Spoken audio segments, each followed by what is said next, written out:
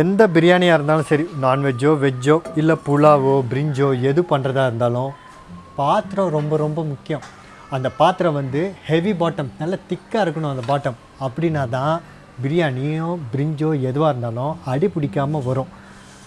So அது என்கிட்ட அந்த மாதிரி திக்கான பாத்திரம்லாம் இல்லையே, நான் என்ன பண்ணுறது அப்படின்னா ஒன்றும் பிரச்சனை இல்லை. உங்கள் வீட்டில் இருக்க தோசைக்கல்லை எடுத்து அடுப்பில் போட்டு உங்ககிட்ட இருக்க பாத்திரத்தை, எப்போதும் சமைக்கிற பாத்திரத்தை போட்டு நீங்கள் பண்ணிங்கன்னா ஃபென்டாஸ்டிக்காக ஃபேப்லஸாக வந்துடும். ஸோ நம்ம இன்றைக்கி பண்ண போகிறது பிரிஞ்ச் இல்லை,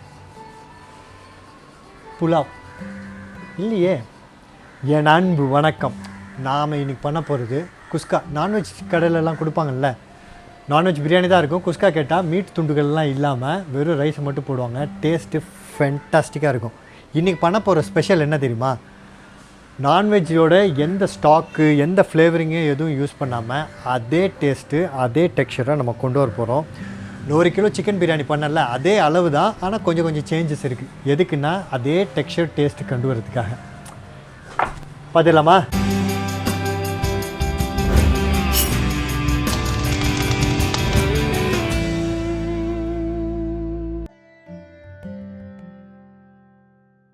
ஒரு 100 ml நான் ஆயில் சேர்த்துக்கிறேன். எப்படி சேர்க்க முடியும்? சேர்க்க முடியாது. ஏன்னா நான் வெங்காயம் தக்காளி இஞ்சி பூண்டு எதுவுமே நான் ரெடி பண்ணி வைக்கலையே. ஆமாம், நான் என்ன பண்ண போகிறேன், 4 வெங்காயமோ 4 இல்லை 6 வெங்காயமோ 6 தக்காளியும் நான் கட் பண்ணிக்க போகிறேன். நீங்கள் வந்து நான் 1 கிலோ சிக்கன் பிரியாணி ரெசிபியை நீங்கள் பார்த்துருந்தீங்கன்னா இதோட அளவு நான் என்ன சொல்கிறேன்றது கன்ஃபார்மாக புரியும். 1 கிலோவுக்கு நான் 4 வெங்காயமும் 4 தக்காளியும் யூஸ் பண்ணியிருப்பேன். ஏன்னா 400 கிராம் வெங்காயம், ஒரு 300 - 350 கிராம் தக்காளி. ஸோ இது 4 நாள் போடும்போது பர்ஃபெக்டாக இருக்கும். நீங்கள் இன்னும் பார்க்கல, நான் கீழே டிஸ்கிரிப்ஷன் பாக்ஸில் அதோட வீடியோ லிங்க் கொடுக்குறேன், கண்டிப்பாக போய் பாருங்கள். நான் எக்ஸ்ட்ரா 2 வெங்காயமும் 2 தக்காளியும் சேர்க்கறதுக்கு காரணம் அந்த டேஸ்ட்டை கொண்டு வரதுக்காண்டி.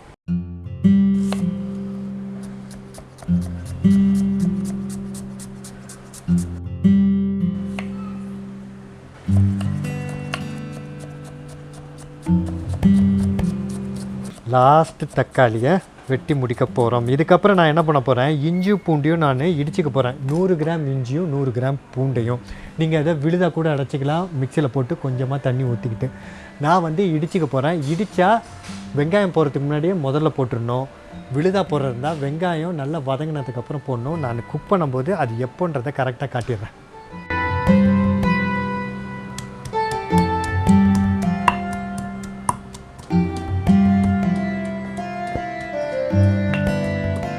மூணு பச்சை மிளகாவை நான் இப்படி கீறிக்கிறேன். அடுத்து நம்ம ஆயில் சேர்த்துக்கலாம். ஆயில் வந்து எவ்வளோ சேர்த்துக்கணுன்னா 1 kg பிரியாணி, எந்த பிரியாணி பண்ணுறதா இருந்தாலும் சரி, வெஜ்ஜோ நான்வெஜ்ஜோ எந்த பிரியாணி பண்ணுறதா இருந்தாலும் 1 கிலோவுக்கு என்னோடய சிக்கன் பிரியாணி ரெசிபி நீங்கள் பார்த்துருந்தீங்கன்னா 7 டேபிள் ஸ்பூன் நான் ஆயில் ஊற்றிருப்பேன். 3 டேபிள் ஸ்பூன் 3 - 3.5 டேபிள் ஸ்பூன் வந்து நான் கீ சேர்த்துருப்பேன். 7 டேபிள் ஸ்பூனுன்றது தோராயமாக 90 ml to 95 ml வரும். 3 டேபிள் ஸ்பூன் 3.5 டேபிள் ஸ்பூன் எவ்வளோ வரும்னா ஒரு 40 - 45 ml கீ வரும். ஸோ நான் என்ன பண்ண போகிறேன், இப்போது 100 ml ஆயிலையும் 50 ml 50 கிராம் பட்டரையும் நான் சேர்த்துக்க போகிறேன். இல்லை 50 ml நீங்கள் கீ சேர்த்துக்கிட்டாலும் பரவாயில்ல. நான் பட்டரில் சேர்த்துக்கிறேன். வெங்காயம் வதங்கும் போது அந்த பட்டர் கீயாக மாறிடும். ஸோ இதை நான் வந்து ஒரு டம்ளர்லேயோ இல்லை டேபிள் ஸ்பூன்லேயோ மெஷர்மெண்ட் சொல்லணுன்னா, டம்ளரில் ஊற்றுனீங்கன்னா ஆல்மோஸ்ட் ½ டம்ளர் வந்துடும். 50 கிராம் பட்டர் வந்து 100 கிராம் பட்டர் வருது, அதில் பாதி கட் பண்ணினா ஷியூராக 50 கிராம் இருக்கும். ஸோ இப்போ நான் 100 ml ஆயிலை ஊற்றிக்கிறேன்.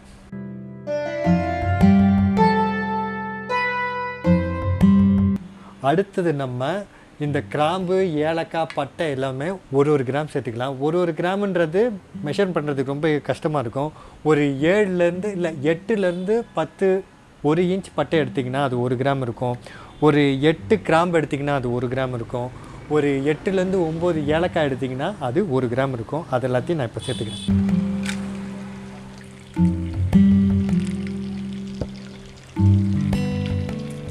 இப்போ நம்ம இடித்து வச்சுருந்த இஞ்சி பூண்டை சேர்த்துக்கலாம்.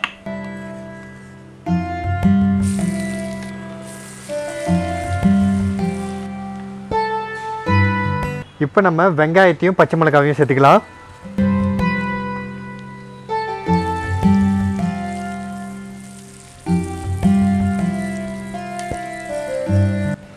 வெங்காயம் வதங்கிறதுக்கு தேவையான உப்பை சேர்த்துக்கலாம். நான் என்ன பண்ண போகிறேன், இந்த பிரியாணிக்கு தேவையான உப்பை நான் இப்போயே சேர்த்துக்க போகிறேன். எவ்வளோ சேர்க்கணுன்னா 1 கிலோவுக்கு ஒரு 35லேருந்து 40 கிராம் போட்டால் கரெக்டாக இருக்கும்.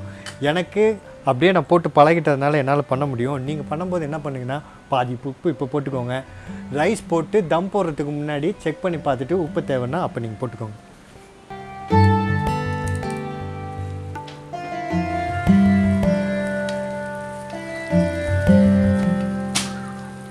வெங்காயம் வதங்கிட்டு இருக்கும்போதே நான் என்ன பண்ண போகிறேன், அரை கட்டு மல்லியை நான் வேரை மட்டும் கட் பண்ணி இப்போ சேர்த்துக்க போகிறேன். இலைகளை எப்போ போடணும், தம் போடுறதுக்கு முன்னாடி நம்ம சேர்த்துக்கலாம். வேரை என்றைக்குமே வெட்டி வீசிட வேண்டாம். நீங்கள் எந்த குக்கிங் பண்ணுறதா இருந்தாலும் சரி வேரை போட்டு நீங்கள் பண்ணுங்கள். அதோட டேஸ்ட்டும் ஃப்ளேவரும் ரொம்ப இன்டென்ஸாக ஃப்ளேவரும் ரூட்ஸில் இருக்குது. அதனால் ரூட்டை மிஸ் பண்ணிட வேண்டாம். ஸோ நான் அரை கட்டு மல்லியை நான் கட் பண்ணிக்கிறேன்.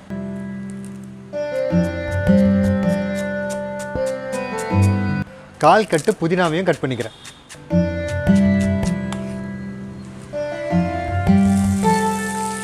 இஞ்சி பூண்டை விழுதாக வச்சுருந்தா இப்போ சேர்த்துக்கோங்க. வெங்காயம் நல்ல பொன்னிறமாக வந்ததுக்கப்புறமா நம்ம 2 டேபிள் ஸ்பூன் மிளகாத்தூள் சேர்த்துக்கலாம். அதுக்கப்புறமா 3 டேபிள் ஸ்பூன் மல்லித்தூள், 3 சிட்டிகை அளவுக்கு மஞ்சத்தூள் சேர்த்துக்கிறேன். அரை டேபிள் ஸ்பூன் நான் கரம் மசாலா சேர்த்துக்கிறேன். இது மசாலா போட்டு கொஞ்சம் வதங்கினதுக்கப்புறமா நான் தக்காளியை சேர்த்துக்கிறேன்.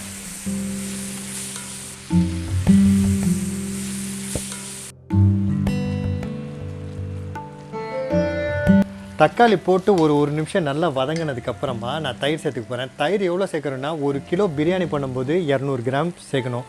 நான் வந்து 250 கிராம் ஒரு 50 கிராம் எக்ஸ்ட்ரா சேர்த்துக்கிறேன்.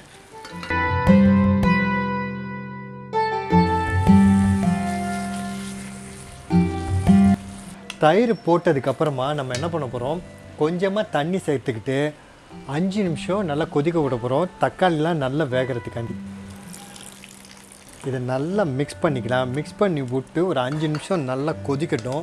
அப்போ தான் வந்து தக்காளி போட்டிருக்க நம்ம வந்து இந்த மிளகாத்தூள் மல்லித்தூள் எல்லாம் போட்டிருக்கோம் இல்லையா, கரம் மசாலாலாம் கம்பைன் ஆகி வரத்துக்கு இந்த 5 நிமிஷம் பர்ஃபெக்ட் டைம். ஃப்ளேம் வந்து மீடியம் ஃப்ளேம்லேயே குக் பண்ணுங்கள். ஹை ஃப்ளேமில் குக் பண்ணலாம், பட் மீடியம் ஃப்ளேம்லேயே குக் பண்ணால் அதோட டேஸ்ட்டு அந்த கேரமலைசேஷன் ஹேப்பனிங்லாம் வந்து ரொம்ப ஈவனாக பர்ஃபெக்டாக வரும். தண்ணி நீங்கள் கொஞ்சமாக ஊற்றிக்கிட்டால் போதும் அப்படின்னு சொல்லி கொஞ்சமாக தோராயமாக ஊற்றிக்கிட்டீங்க. ஆக்சுவலாக இந்த மாதிரி ரெசிபியில் தண்ணி அளவு ரொம்ப முக்கியம் தானே, சொல்லவே இல்லைன்னு நீங்கள் கேட்பீங்க. 1 கிலோ ரைஸுக்கு வந்து 1.5 லிட்டர் தண்ணி ஊற்றணும். இல்லைனா 1 லிட்டர் 600 ml தண்ணி ஊற்றினா பர்ஃபெக்டாக இருக்கும். 1 லிட்டர் 600 ml ஊற்றிக்கோங்க. இந்த இதில் கொஞ்சம் ஏற்றி இறக்குனாலாம் ஒன்றுமே ஆகிடாது, பர்ஃபெக்டாக வரும். ஸோ இந்த அளவில் ஊற்றினா பர்ஃபெக்டாக இருக்கும். நான் இன்றைக்கி பண்ண போகிறது இன்னொரு அளவில் ரொம்ப இதோட ஈஸியான ஒரு மெத்தட். தண்ணி ஊற்றுறது அளவு எப்படின்றத நான் எனக்கு காட்டுறதுக்கு அதுக்காக நான் பண்ண போகிறேன். ஸோ நான் எதுவுமே மெஷர் பண்ணல. 1 கிலோ அரிசியை நான் வாங்கிட்டு வந்திருக்கேன், பாஸ்மதி ரைஸு.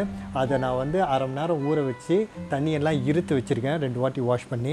இப்போ நான் வந்து ரைஸை போட்டு தண்ணி ஊற்றுற அளவை எப்படின்னு பண்ணுறேன். ரொம்ப ஈஸி, கண்ணை மூட்டு நீங்களே பண்ணலாம், அவ்வளோ ஈஸியாக வந்துடும் இது. ஸோ இல்லை எனக்கு இந்த மெத்தட் வேணான்னா நான் சொன்னல வாட்டர் அளவு அதை ஊற்றி நீங்கள் பண்ணுங்கள், பர்ஃபெக்டாக வந்துடும்.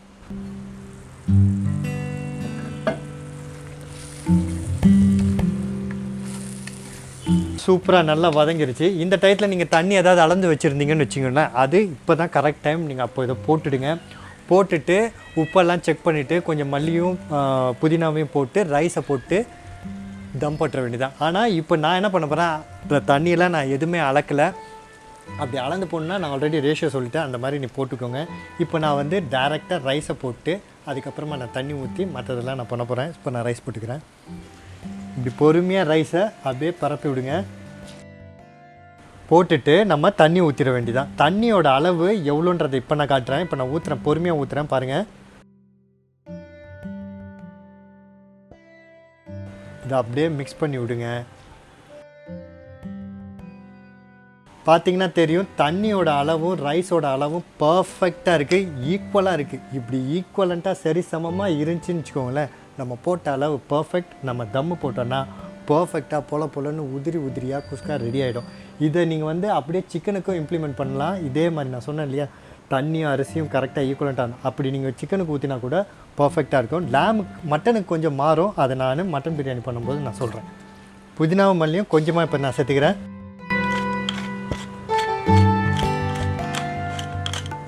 கடைசியாக நம்ம மிளகையும் சேர்த்தாச்சு. மிளகு நம்ம தினசரி உணவில் சேர்க்கும்போது நம்ம ஆரோக்கியத்துக்கு ரொம்ப நல்லது. நம்ம சேனலை கண்டினியூஸாக ஃபாலோ பண்ணுறவங்களுக்கு நான் ஏன் சேர்க்குறேன்றதை கன்ஃபார்மாக தெரியும். இதை நான் ஃபுல்லாக சொல்லணும்னு அவசியம் இல்லை. இது என்னது புதுசாக இருக்கே அப்படின்னு நீங்கள் ஃபீல் பண்ணிங்கன்னா நீங்கள் நம்ம சேனலுக்கு இந்த வீடியோ மூலமாக ஃபஸ்ட் டைம் வந்திருக்கீங்க. கீழே டிஸ்கிரிப்ஷன் பாக்ஸில் ஒயம் ஆடிங் பிளாக் பெப்பர்ன்ற வீடியோ லிங்க் இருக்குது, கிளிக் பண்ணி பாருங்கள்.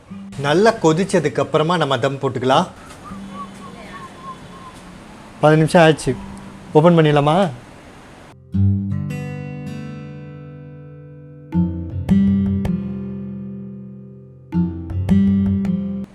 நான் வந்து இந்த தம் போடும்போது ஃபயர் எப்படி வச்சுட்டேன்னு சொன்னேன்னா கேமராமேன், ஞாபகம் இல்லையா? என்னப்பா, சரி திருப்பி ஒரு வாட்டி சொல்கிறது தப்பு இல்லை. 15 நிமிஷம் தம் போடணும். அதில் ஃபஸ்ட்டு 10 நிமிஷம் ஹை ஃபயரில் இருக்கணும், கடைசி 5 நிமிஷம் லோ ஃப்ளேமில் இருக்கணும். தம் இருக்கும்போதே உள்ளே இருக்கிறது குக் ஆகிடுச்சா இல்லையான்றதை 2 விஷயத்தில் கண்டுபிடிச்சலாம். நம்ம போட்ட ஃப்ளேவர்லாம் வெளியே மனம் அப்படியே ஆளை தூக்குற அளவுக்கு வரும் ஃபஸ்ட்டு. செகண்ட் வந்து ஸ்டீம் வெளியே கொஞ்சமாக ரிலீஸ் ஆகும்.